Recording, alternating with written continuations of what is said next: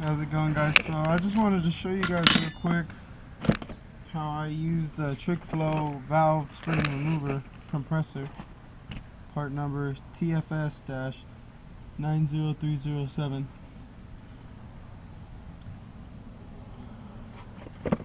Oh, there it is right there. It's already on.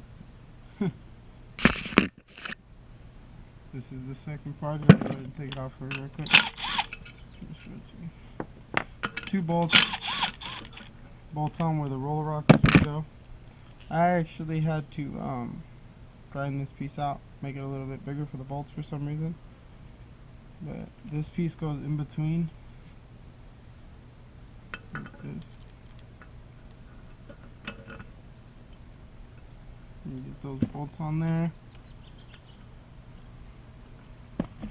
I just run it down like this, snug. Then you go ahead and put this top piece on the springs, screw it down about halfway down the threads.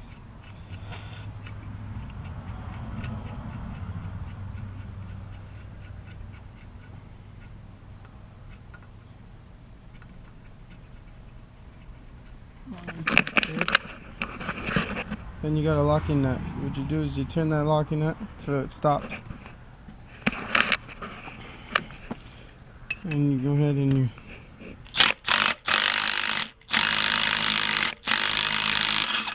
compress them. Sometimes they get stuck, you see. That one's stuck, they're stuck. So what I do is down real quick. I'll show you guys real quick what I do.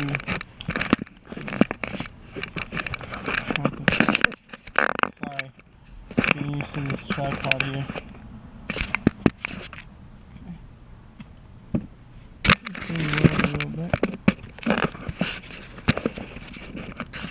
This leg on this tripod sucks. Okay.